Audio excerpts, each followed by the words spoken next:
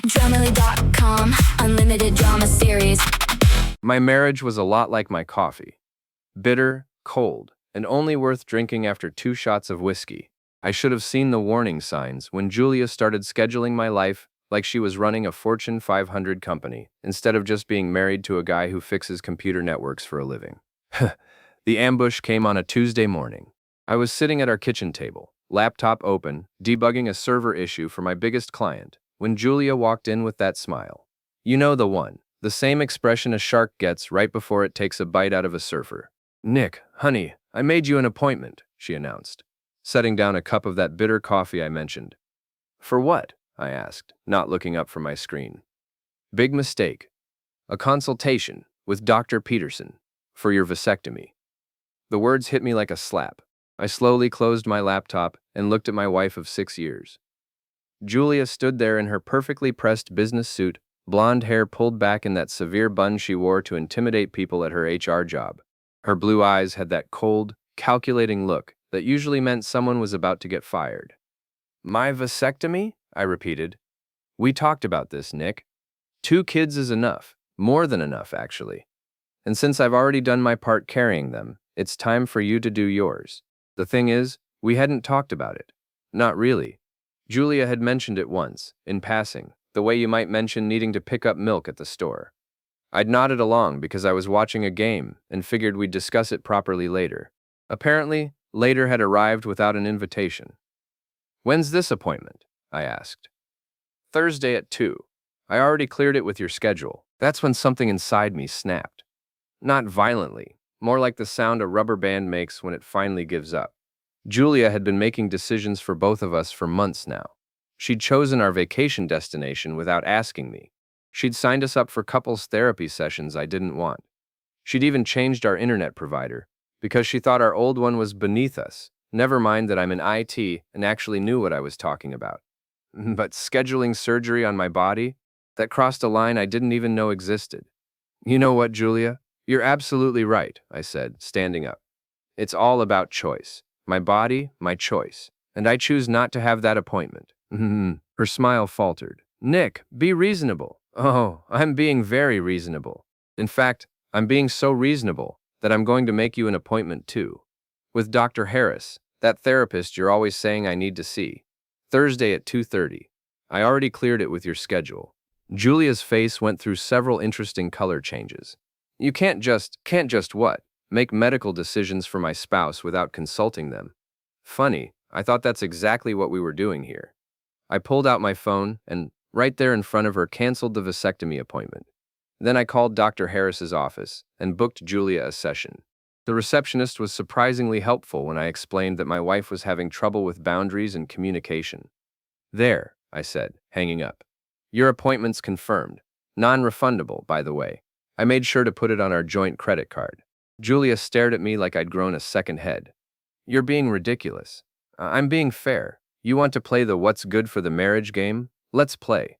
"But we're both playing." She stormed out of the kitchen, her heels clicking against the hardwood like an angry woodpecker. I heard her car start up in the driveway and roar away, probably heading to work early so she could complain to her friend Brianna about what an unreasonable husband she had. I sat back down and opened my laptop, but I couldn't concentrate on code anymore. Something had shifted in our house that morning, like the foundation had cracked just enough to let the cold air in. My phone buzzed with a text from Julia. "We'll discuss this tonight, and you will keep that appointment Thursday." I typed back. "So will you. Looking forward to hearing what Dr. Harris thinks about your communication style." She didn't respond to that one. The rest of the day passed in a strange kind of peace. I finished the server repair, invoiced my client, and even managed to squeeze in some work on a side project I'd been neglecting. It wasn't until around 3 that I realized Julia was fighting back. My phone rang. Dr. Peterson's office. "Mr. Grady? I'm calling to confirm your appointment Thursday at 2. Actually, I called this morning to cancel that." "Oh, I'm sorry. Your wife called about an hour ago and rescheduled it. She said there had been a misunderstanding." Of course she had. "Could you please cancel it again? And make a note that only I should be making changes to my appointments." "Certainly, sir.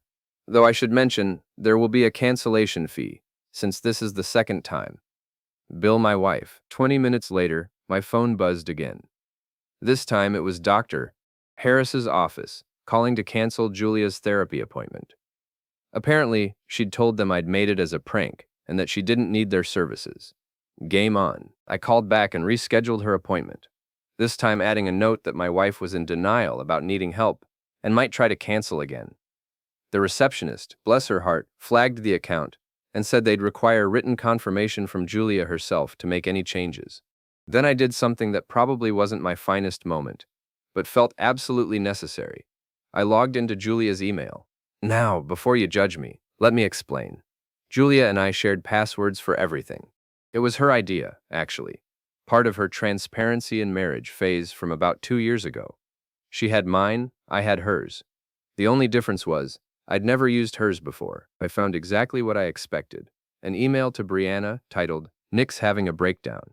In it, Julia described me as completely unreasonable and probably having a midlife crisis. She'd also forwarded Dr. Harris's appointment confirmation with a note saying, "Can you believe he thinks I need therapy?" The audacity. But here's the thing about shared email access. It goes both ways. I composed a new email to Dr. Harris from Julia's account, explaining that she was indeed struggling with control issues in her marriage and really did need the appointment, despite what she might have said on the phone.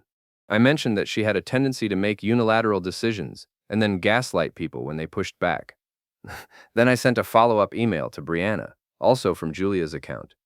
Actually, Nick might have a point about the therapy. I've been pretty controlling lately. Maybe I should work on that before our marriage gets worse. I know what you're thinking. It was petty. It was probably wrong. But after 6 years of Julia steamrolling over every decision in our house, it felt like the most honest thing either of us had said in months. My phone started ringing around 4:30. Julia, calling from work. "What did you do?" she demanded. "I have no idea what you're talking about. Brianna just called me. She said I sent her some weird email about admitting you were right." "Did you?" "I mean, I am right. You did try to schedule surgery for me without asking." "Nick, I swear, if you've been messing with my email, Julia, we share passwords, remember? Your idea. Something about trust and transparency." The line went quiet for a long moment. Then, "Change them. Tonight. All of them. Whatever you want. But your therapy appointment is still Thursday at 2:30. Non-refundable, remember?" She hung up on me. I spent the rest of the afternoon working, but my mind kept drifting to the conversation. For the first time in months, maybe years, I'd stood up to Julia. Really stood up to her. And it felt good. Scary, but good. Around 6, I heard her car in the driveway. She came through the front door like a storm front, all sharp edges and barely contained energy. "We need to talk," she announced. "I agree. Let's start with why you thought scheduling surgery for me was acceptable." "It's a simple procedure, Nick. 15 minutes, local anesthetic. It's not like I was asking you to donate a kidney. It's my body, Julia, my choice. Remember that phrase? You used it this morning." She crossed her arms. "Fine. Cancel the therapy appointment." "No. Nick, no, Julia. You want to play the unilateral decision game? We're both playing now. You keep your appointment, I'll keep mine canceled. You don't have an appointment anymore." "Exactly, because I chose not to. Just like you can choose whether or not to show up Thursday afternoon." We stared at each other across our living room, and I realized this was the most honest conversation we'd had in months. No pretending, no politeness, just two people who'd finally stopped pretending everything was fine. "This is ridiculous," Julia said finally. "I agree. It's ridiculous that we got here in the first place." She went upstairs without another word. I heard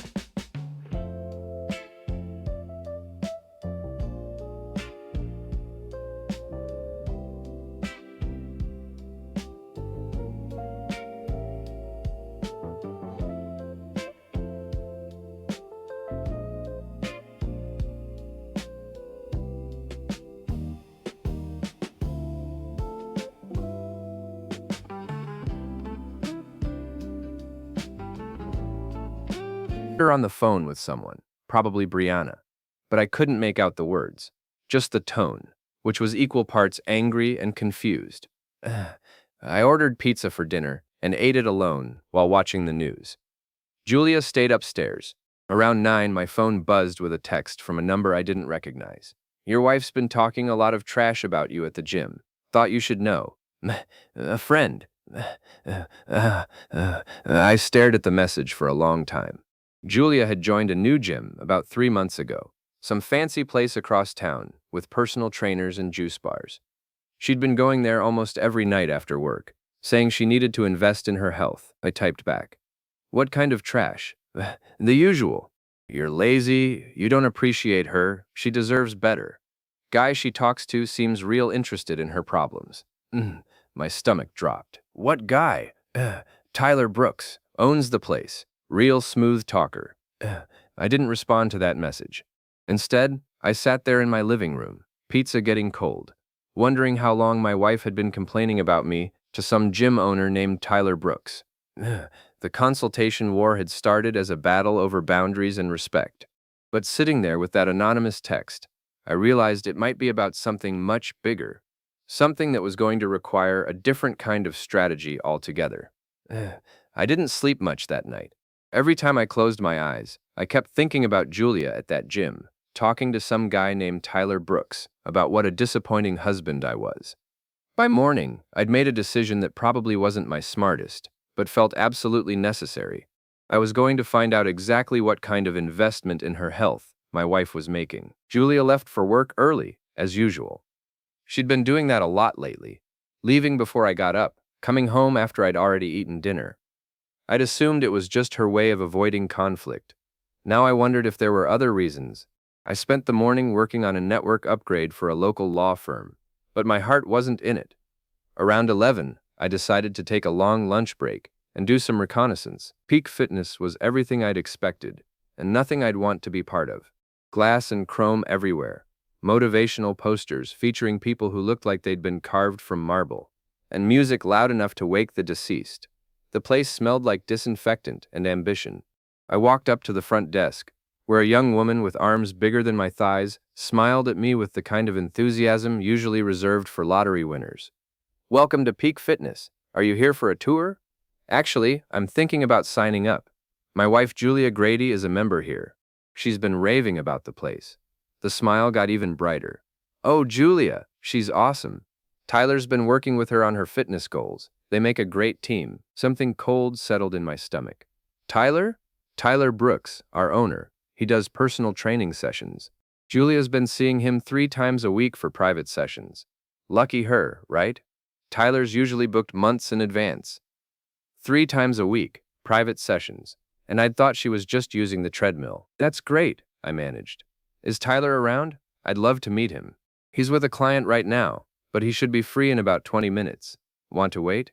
I nodded and took a seat in the lobby, pretending to read a fitness magazine while my mind raced. 3 private sessions a week, for 3 months.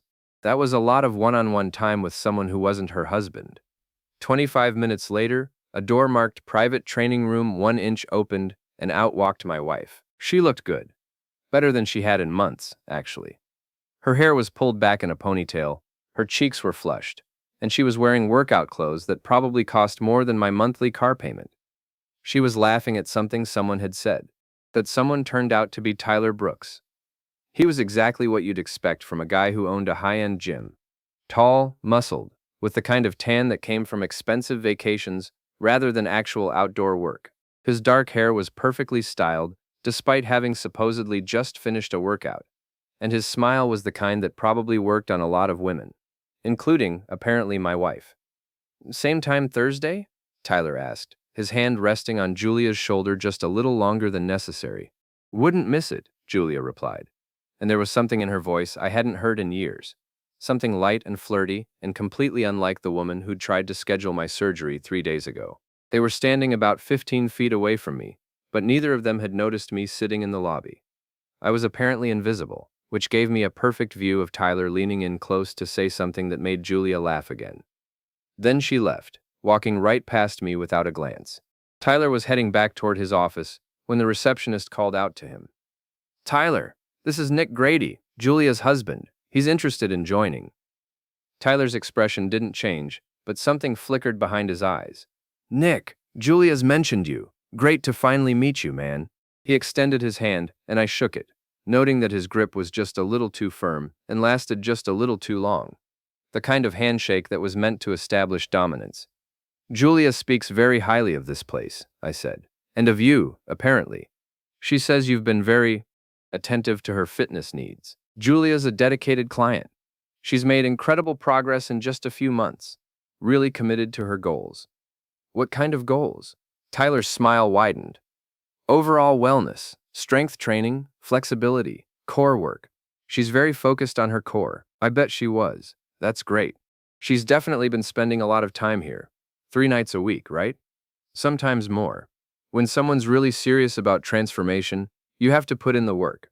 We stared at each other for a moment, and I realized we were having two He just gave me a massage. That's it! Remember, I won't be a cuckold! Watch more on Grammarly.com. completely different conversations. Tyler thought he was being subtle. I thought he was being obvious. Well, I said finally, I can see why she enjoys coming here so much. The personal attention must be invaluable. I take care of all my clients' needs, Tyler said, whatever it takes to help them reach their full potential. I nodded slowly. I'm sure you do. Unfortunately, I don't think peak fitness is the right fit for me. I prefer a more traditional approach to exercise. You know, the kind you can do at home, with your spouse. Tyler's smile faltered slightly. Sure, man, whatever works for you. I left the gym with my suspicions confirmed, and my marriage officially in crisis territory. Julia wasn't just complaining about me to Tyler Brooks. She was having an affair with him. The drive home took about 15 minutes, which gave me plenty of time to think about what I'd just discovered. By the time I pulled into our driveway, I'd made another decision that probably wasn't my smartest. I was going to fight back, but first I needed proof. I called my best friend Pete, who'd been a cop for 15 years before becoming a private investigator. Pete was the kind of guy who could find out what you had for breakfast 3 weeks ago if he really wanted to. More importantly, he was the kind of friend who wouldn't judge me for what I was about to ask him to do. I need a favor, I said when he answered. How big a favor? The kind that involves a camera and my cheating wife. Pete was quiet for a moment. You sure about this, Nick? Once you have proof, you can't unknow it. I'm sure. Okay. But we do this right. Legal, documented, admissible if it comes to that. No cowboy stuff. Agreed. We met that evening at a diner across town, away from anywhere Julia might show up. Pete brought a small digital camera and a recording device that looked like a pen. Here's how this works, he explained. You don't break any laws, you don't trespass, you don't hack anything. You just document what happens in public spaces. What about the gym? That's private property. But if you're a potential member getting a tour, you're allowed to be there. Just don't be obvious about it. I spent the next 2 days learning to be a spy in my own marriage. I followed Julia to work, to the gym, to the coffee shop where she met Brianna for lunch. I documented her schedule, her routine, her lies. Because they were lies, it turned out. All of them. Julia told me she was working late Tuesday night. She was actually at Tyler's apartment, which I discovered by following her there and watching her go inside with an overnight bag. She said she had a work dinner Thursday evening. She was at a wine bar with Tyler, sitting in a corner booth, holding hands across the table like teenagers. She claimed she needed to go into the office Saturday morning to catch up on paperwork.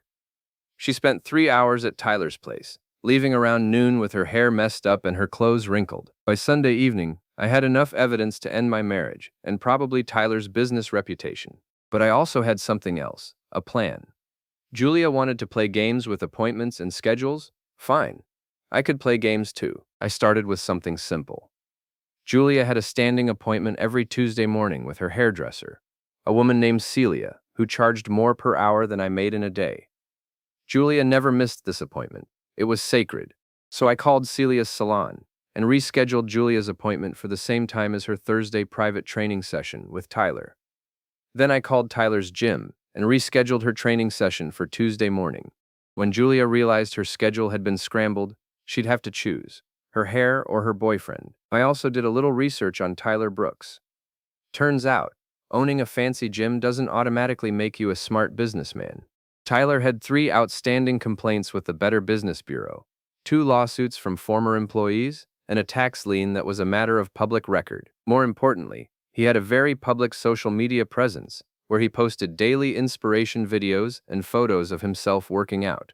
Tyler was the kind of guy who lived for likes and comments and online validation, which gave me an idea. I created a fake social media account and started following all of Tyler's profiles.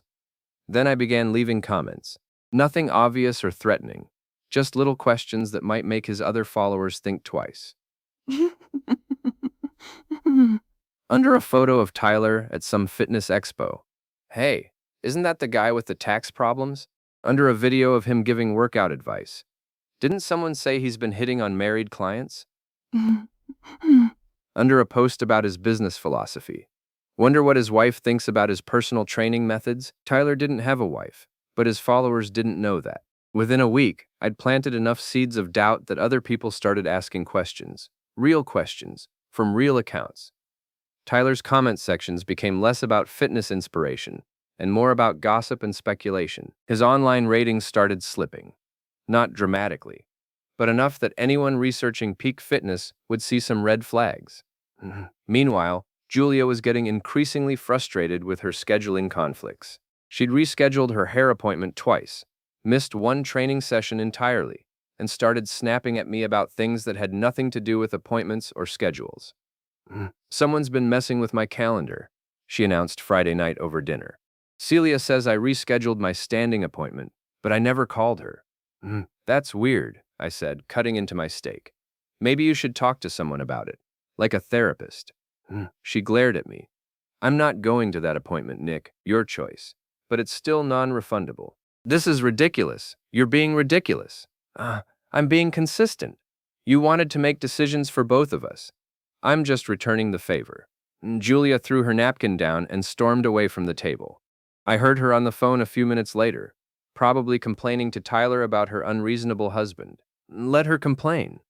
By the time I was finished, Tyler Brooks would have bigger problems than listening to my wife's grievances. The consultation war was expanding beyond appointments and schedules. It was becoming something much more comprehensive, something that was going to teach both of them exactly what happened when you underestimated the quiet guy who fixed computers for a living. The thing about being married to someone for 6 years is that you learn their patterns. Julia thought she was being careful, but she had tells. She always showered immediately after coming home from the gym, even on days when she claimed she'd just done light cardio. She started buying new underwear, the kind she used to wear when we were dating. And she'd developed a habit of taking her phone into the bathroom with her, which was new. But the biggest tell was how happy she seemed. Not happy with me. Happy in general. Julia hummed while getting dressed in the morning. She smiled at random moments. She even laughed at things on TV that weren't particularly funny. My wife was having the time of her life, and it had nothing to do with our marriage. The realization should have hurt more than it did. Instead, it just made me more determined to win the war she'd started. I spent Monday morning doing legitimate work, upgrading the network security for a small accounting firm. But my afternoon was dedicated to research. Specifically, research into Tyler Brooks and his business practices. It turned out that Peak Fitness had some interesting vulnerabilities. The gym's website was professionally designed, but poorly secured. Their social media accounts were linked to personal email addresses, and Tyler himself was the kind of person who overshared online, posting everything from his daily schedule to photos of his expensive car to complaints about difficult clients. I didn't hack anything. Pete had been very clear about staying legal, but I didn't need to. Tyler was broadcasting his business to anyone who cared to look. For instance, I learned that Peak Fitness was behind on their commercial rent. Tyler had posted a frustrated rant about greedy landlords and unreasonable lease terms on his personal Facebook page. A little digging through public records confirmed that the gym was 3 months behind on payments. I also discovered that Tyler had a habit of dating his clients. His Instagram was full of photos with various women, always tagged at romantic restaurants or weekend getaways. The women changed every few months, but they all had something in common. They were married to other men. Tyler Brooks wasn't just having an affair with my wife. He was a professional homewrecker. Armed with this information, I decided it was time to escalate my campaign. Step 1 was simple. I called Peak Fitness's landlord. Hi, this is Nick Grady from Grady IT Solutions. I'm considering leasing some office space in your building, and I wanted to ask about the reliability of your current tenants. Specifically, I'm curious about Peak Fitness. Are they good neighbors? The landlord, a guy named Morrison, was surprisingly talkative. Peak Fitness? They're 3 months behind on rent and counting. The owner keeps promising to catch up, but honestly, I'm about ready to start eviction proceedings. Why do you ask? I'm thinking about referring some clients to them, but I want to make sure they're financially stable. Sounds like maybe they're not. Between you and me, I'd look elsewhere. That Brooks guy talks a good game, but his checks don't clear. I thanked Morrison and hung up, then immediately called the local business journal.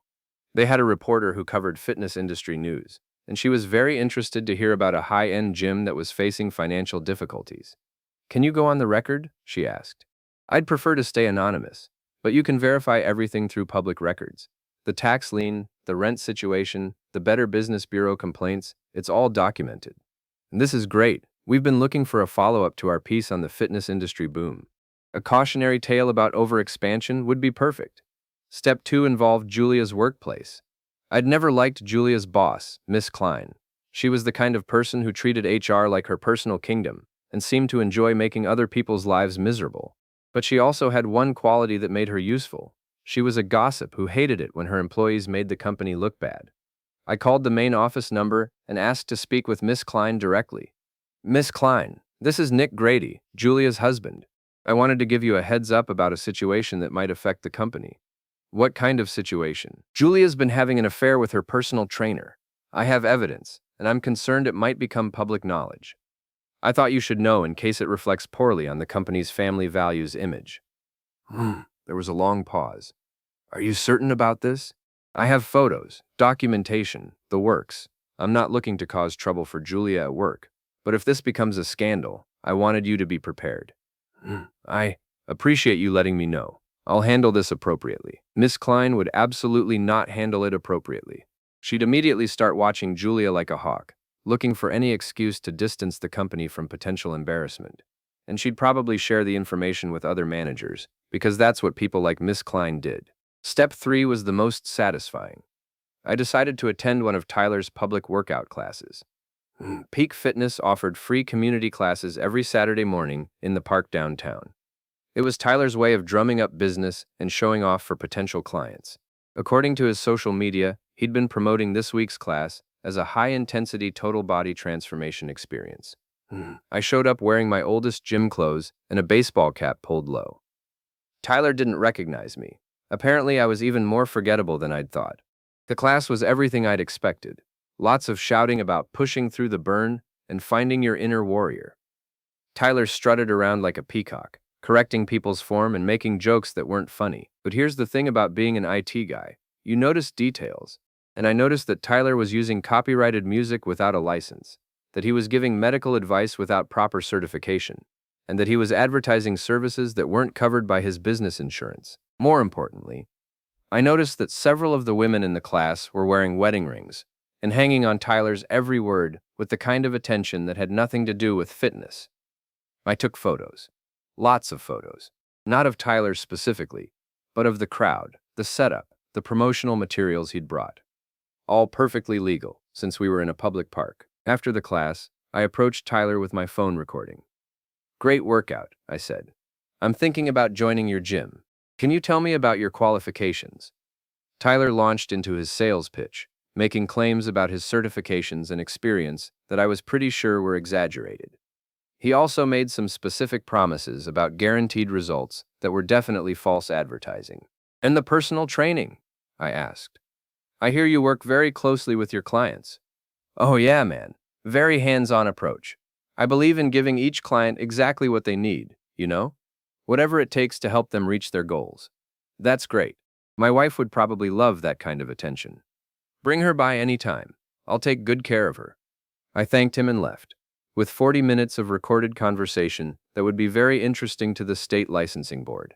By Sunday evening, I had enough ammunition to destroy Tyler Brooks professionally and socially. But I wasn't ready to fire all my weapons yet.